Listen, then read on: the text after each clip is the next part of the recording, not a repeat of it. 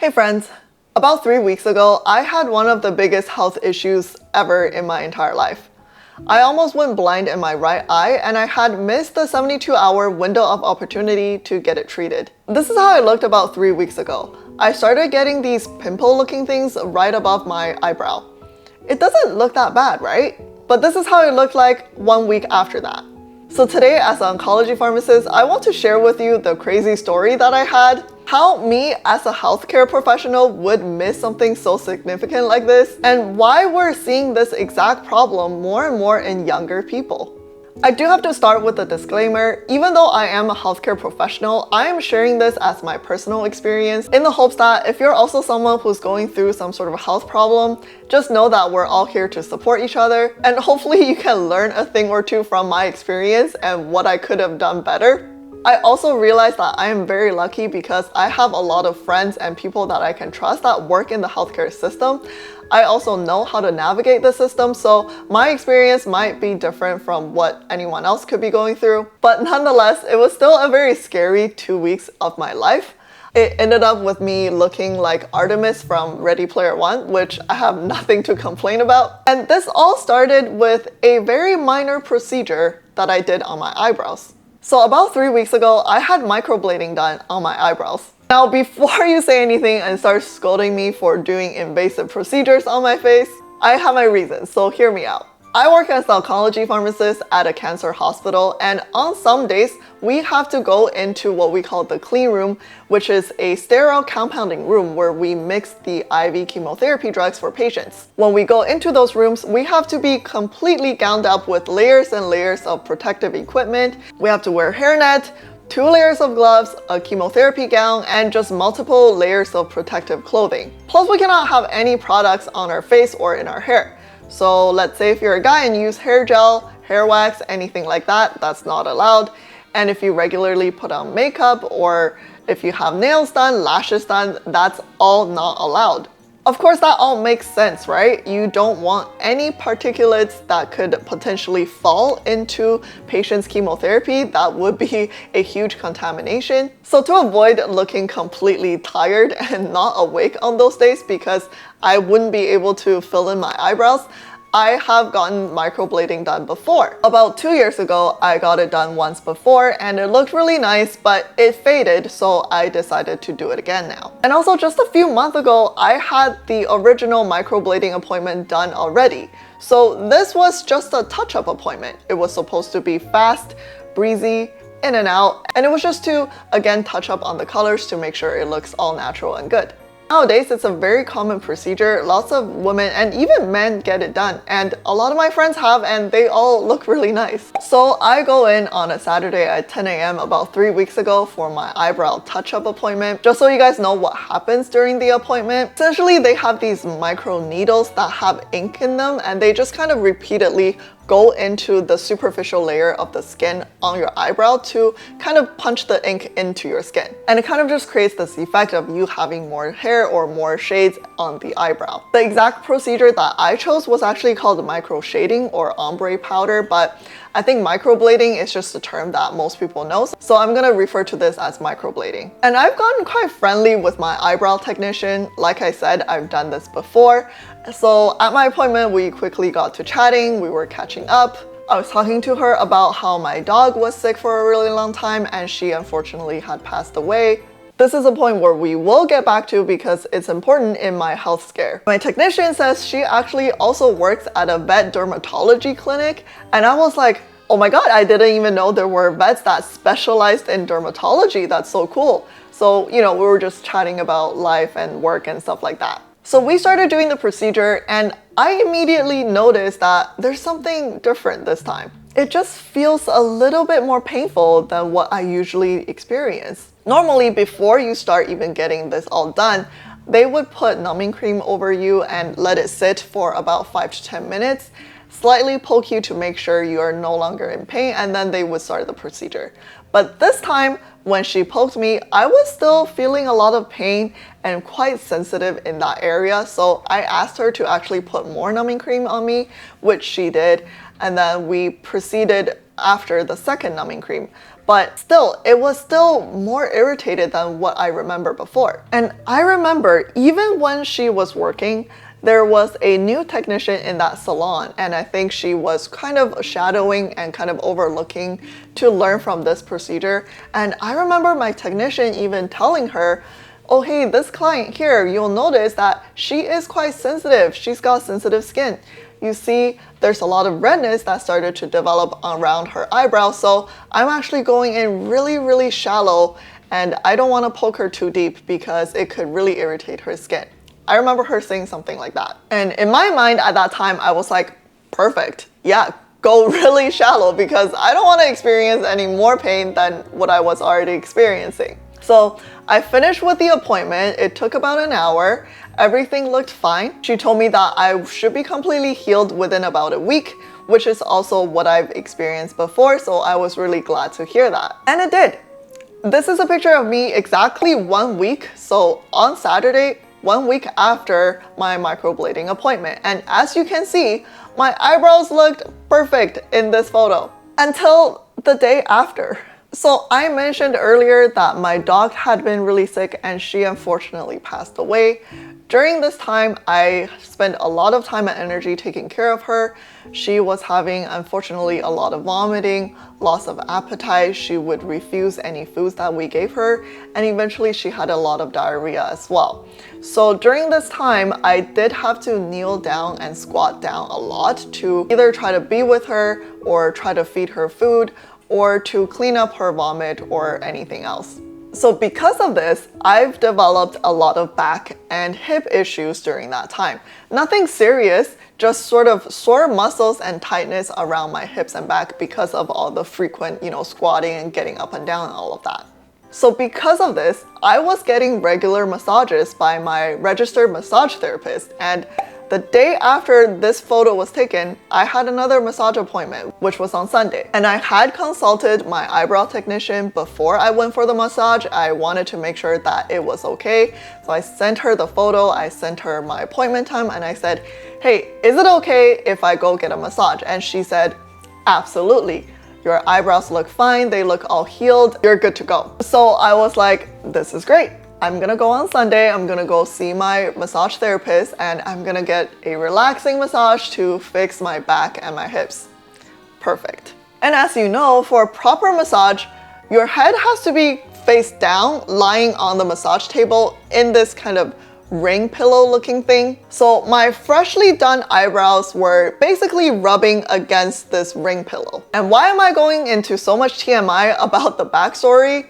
My eyebrow appointment, my massage, my dog. Well, these all lead up to the week where I almost lost eyesight.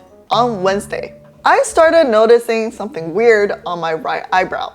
It kind of started to just look like a pimple, right? You guys saw the photo as well in the beginning that I put up. And I get pimples here and there, so I really didn't think it was a big deal, but I still wanted to double check with my eyebrow technician. So I sent her this exact photo that you guys are seeing to my eyebrow technician. Because as you can see, it's kind of lying right on the border where she microbladed with the needles. At this point, it didn't feel like anything. There was no pain, no itchiness, just a little bit of redness and these bumps. But just to be safe, I thought I should double check with her, right? So I sent this to her, and pretty casually, I just asked her what she think this could be. And she replied pretty fast, and she looked at this and she said, it does just look like a blemish to her, but definitely asked me to keep an eye on it. So I continued to do that and thought that, this should make it go away in another few days. Not only did it not get better, it actually got worse. And it got worse and worse and worse, which is now exactly 2 weeks since I've gotten my eyebrow appointment. And now this looks like this. Now, as you can see, there's a lot more swelling and redness and more bumps that have developed. Also, from these videos that I filmed on that Saturday, you can now noticeably see that there are some bumps on my right eyebrow. And it probably doesn't look that awful, right, on camera? Because with really good lighting, my lighting setup here, and with really good editing, my skin basically looks flawless and you can barely see what's wrong with my eye. Maybe to you guys it just looked like a red pimple, but in reality, this is what it really looked like. And also at this point, it was getting a little bit more tingly and painful. I could feel really heavy above my eyelid because there was such a large area of inflammation going on. And the surrounding area looked, kind of angry and red. And it was starting to feel warm. At this point, I knew right away this can't be pimples. I have to go see a doctor and figure out what this is. But unfortunately, my regular family doctor isn't open on Saturday afternoon. He was open in Saturday morning, but I had to film my video, so I missed that. I contacted a walk-in doctor. I told him the background story about, my eyebrow appointment and my massage. And after seeing photos of me plus my story, he thought it looked like something called contact dermatitis with some underlying bacterial skin infection as well. And I would say I agree. Given what had happened to me in the last couple weeks, this diagnosis sounds perfectly reasonable. And right away, he called my pharmacy to give me 2 medications. The first one is an oral antibiotic, which is called cephalexin, and I had to take that 4 times a day for 5 days. The second one is something called mupirocin, which is a topical antibiotic that I had to apply twice a day. So right after I filmed my video on Saturday, called the walk-in doctor, I went straight away to my pharmacy and grabbed those 2 antibiotics, and I started them right away. So on that first day, I was actually able to get 3 doses in for my oral antibiotic. I took one right around 1 p.m., another dose around dinner time, and then the third one before I went to sleep. So I acted really fast, and I was really hoping that, with these antibiotics, it's really going to help with the inflammation and the pain. But what's weird is that it didn't work. Not after the first day, not after the second day, or any time after that. And in fact, I feel like it was actually spreading. And this is a photo of me on Wednesday, exactly 1 full week after the first blister started to pop up. And as you can see, compared to Saturday, this is looking worse, right? The redness has spread. There are suspiciously new blisters that have popped up around that area. And I feel worse as well. I started to get these shooting pain across my upper eyelid. And it was just this kind of heavy, swollen, burning sensation all the time, which I knew was kind of bad news because a superficial skin bacterial infection should clear up pretty fast after you start taking antibiotics. So on Wednesday that day, I decided to call my own family doctor, and at this point, I still thought it was a bacterial skin infection, and I thought maybe the antibiotics that I got wasn't working to kill this bacteria. I don't know, maybe it's like MRSA or something. I needed something stronger. So I called the office and talked to the receptionist, and I said, can I see my doctor? I think I have a bacterial skin infection. I'm already on antibiotics, but I don't think they're working.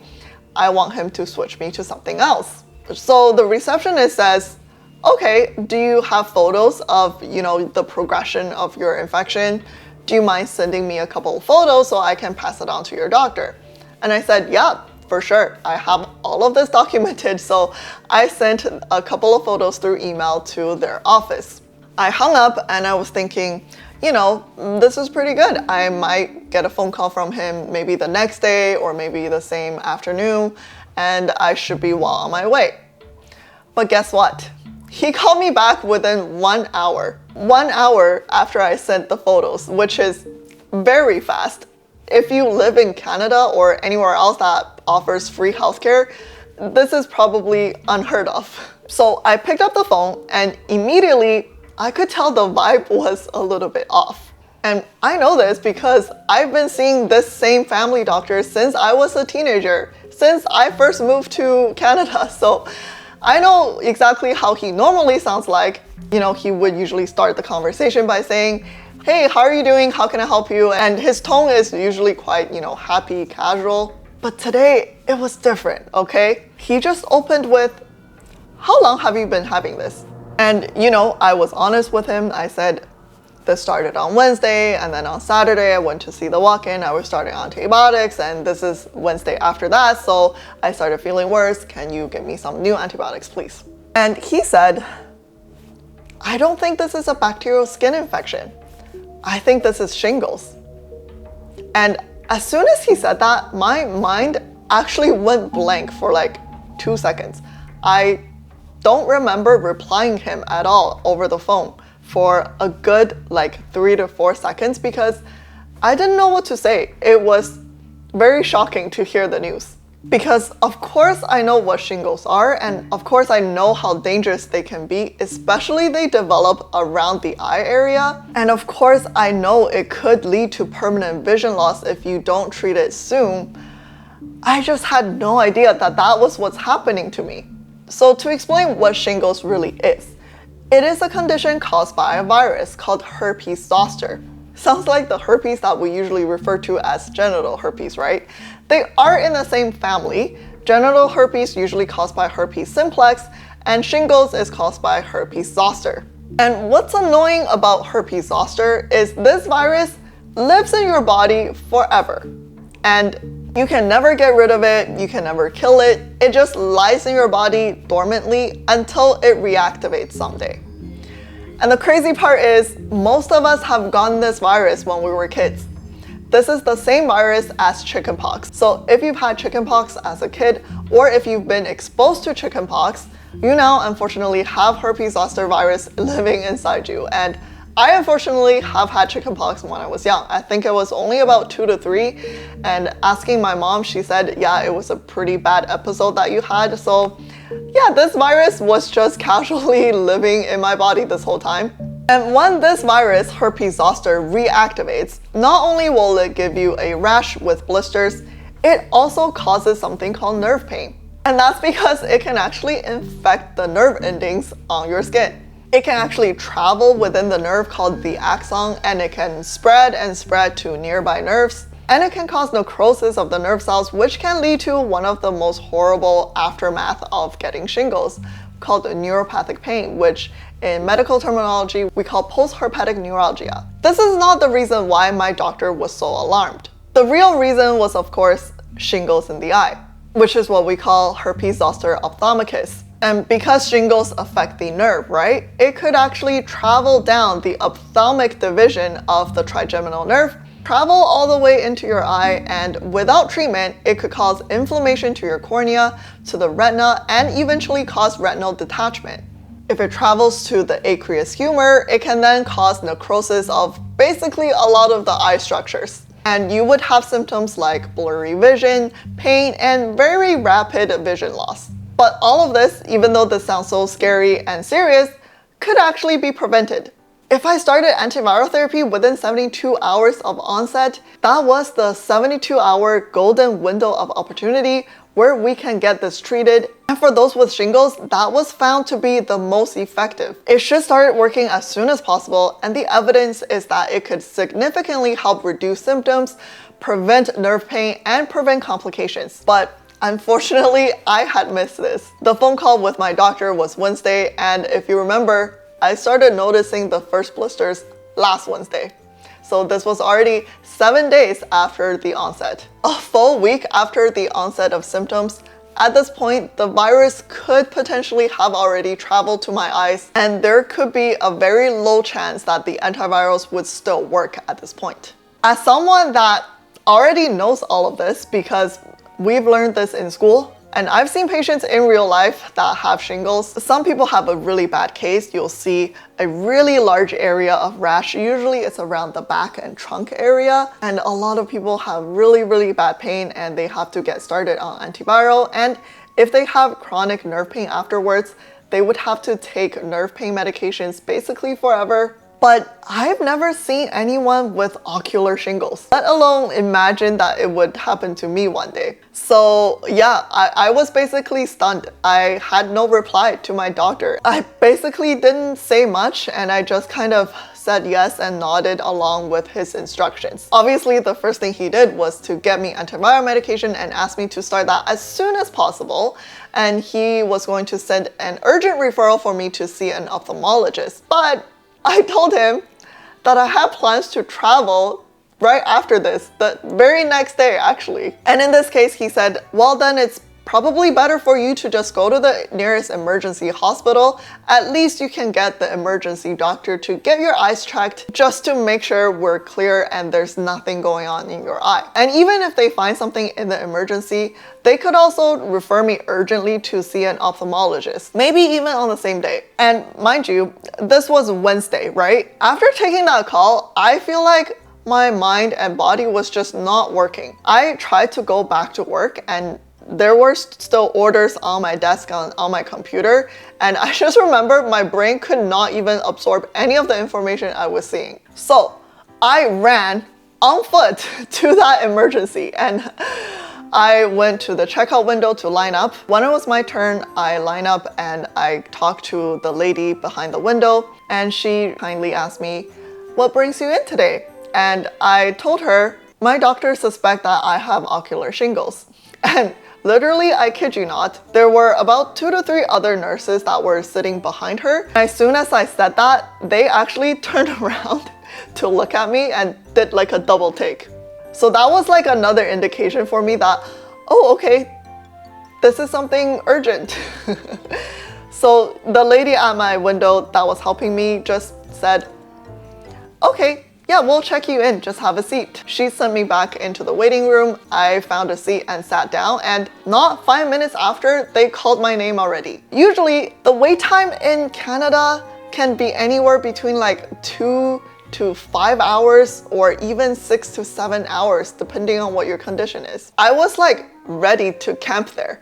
I found this like comfortable chair. I had my phone, my AirPods, and I was ready to just relax and wait for a really long time. I'm speed running this thing. I remember there was this older gentleman that was just constantly vomiting. He had a vomit basket with him. There was another older lady that couldn't even walk. Her feet were really swollen and she was like on this walker. You know, me looking super healthy and looks like there's nothing wrong with me. I did feel a little bit embarrassed. Anyway, I think another 10 minutes after that, another nurse came in and said, "You can sit in this private eye exam room. Sit here and we'll send the doctor your way." Between that and when the doctor saw me, I think there was maybe about a 20-minute wait. The ER doctor came in and did all this bunch of eye exam on me. He also took a really good look again at my blisters, and guess what? He couldn't really decide. So he says, "I can't see anything in your eye that is damaging at this point, but I still want you to go see an ophthalmologist urgently because I want them to make sure that your eyes are fine." So I said,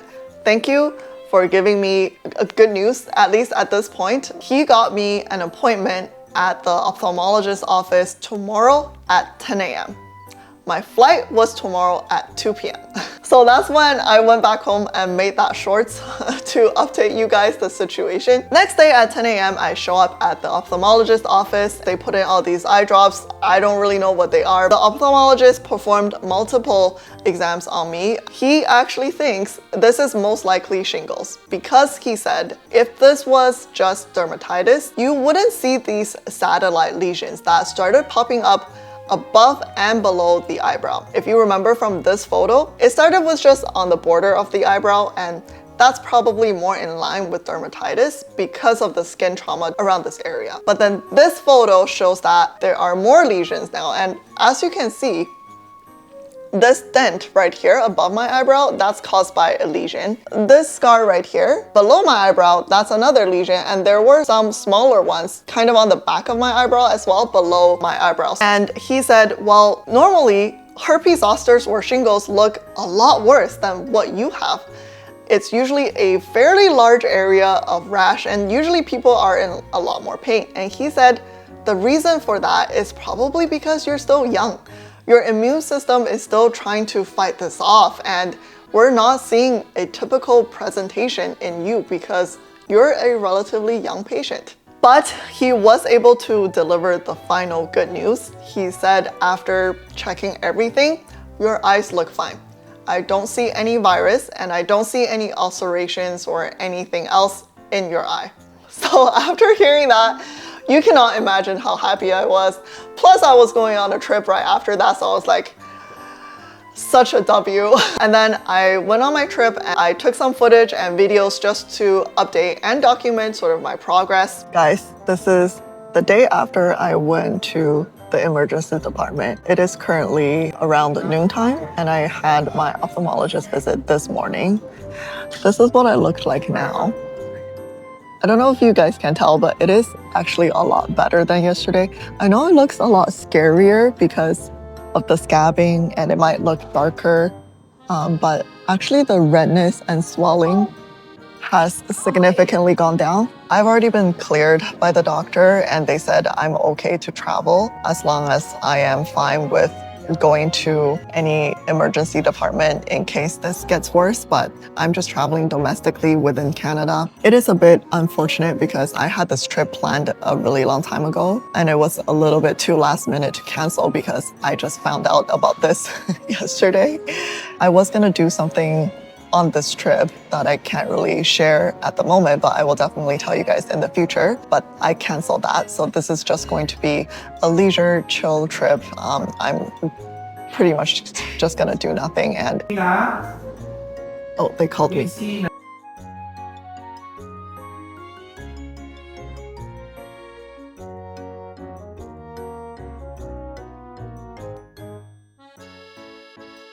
I'm on the plane now. We're actually about to land. This white, oily looking stuff, that's acyclovir ointment. Hello. As you can see, it is healing a lot better compared to yesterday. I know it still looks really scary, but you can see all of these blisters have scabbed, and I think the swelling and the redness has significantly gone down. Definitely still gonna finish my antibiotics and my antiviral, and I'll also be applying the ointment as well. Oh, and because I'm in Calgary, I'm gonna show you guys my Airbnb. You first get the bedroom. It's pretty standard queen size bedroom. And over here, that's the bathroom. Again, fairly standard. But I really like this living room here. You have a full kitchen with stove and fridge, and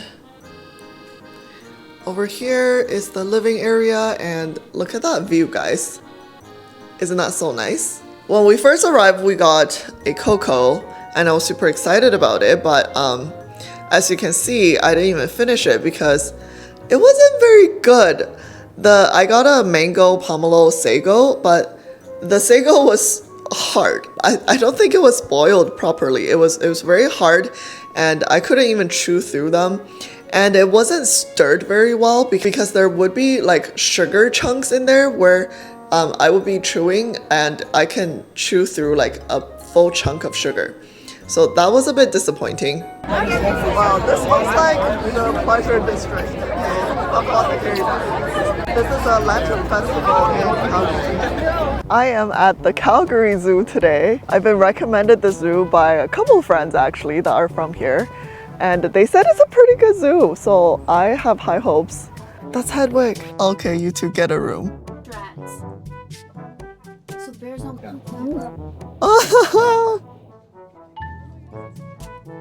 We finished at the Calgary Zoo and I got a new bump on my forehead. But don't worry guys, I think this is just a mosquito bite. The zoo was pretty fun, honestly. I would recommend if you have a full day to spend in Calgary. And as you can see from these footage, after I started taking the antiviral medication on Wednesday, the swelling and the redness and the pain significantly got better. Even though it looks scarier because I have now this sort of large black scab right on my eyebrow, that's actually good news. It means the wound is starting to heal. And the reason behind why this was so hard to diagnose in the first place was contact dermatitis and shingles can look scarily similar to each other. This is a picture of what allergic contact dermatitis can be. As you can see, they also have these vesicles and lesions around the area. And with shingles, it's basically the same thing. You have these vesicles, and then after 3 to 4 days, the rash can become pustular. So with my background story of what I had immediately 2 weeks before this, it really was kind of hard to tell. And you know, after all of this, at this point, I think I've already talked to 4 or 5 different doctors. And through our conversations, I learned that this is actually something happening more and more to young people. Just in general, shingles is happening more now from this 60-year period population study. From talking to my doctors, to my friends and colleagues, and to looking at news articles online, it looks like more young people are getting this. And we don't exactly know the reason behind this, but I think one of the major contributors is probably stress. I do feel like young people like us nowadays are dealing with a lot of stress just from our everyday lives. And for me in particular, it was the stress from taking care of my dog and having to watch her pass away. And all of that physical and mental stress really took a toll on my immune system. And then at the same time, if you add skin trauma to that, you could reactivate shingles if that virus was already living in your body. So the one thing I want to say that I took away with this experience is for sure that I have really understood how important stress can be detrimental to your life. Not only will it affect you a lot mentally, like when I was stressed, I could barely work. It was hard for me to focus and my sleep was also affected. But it can actually affect your physical health. Doesn't matter how normally healthy and young you are. Obviously, I'm not going to give you the advice, hey, you know what, just don't be stressed. Why are you stressed?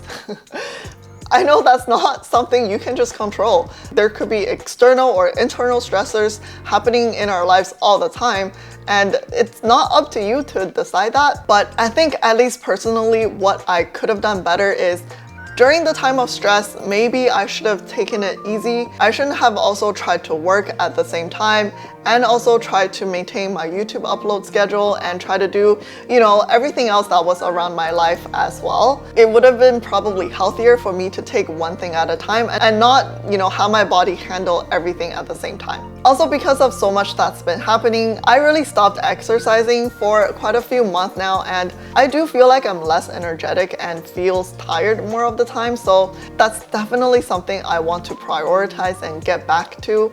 And however this will turn out to be at the end, I don't really care if I have some permanent scarring above my right eye. Honestly, I'm already so thankful that there is nothing permanent damage to my eye and I kept my vision and I can still work and live and do everything that I love to as before. So as I upload more videos, you guys will get to see the progression of what these scars will eventually turn out to be. If you like this type of just chatting videos, let me know in the comments and don't forget to give this video a thumbs up and you can subscribe for more contents like this. I'll see you in the next one. Bye!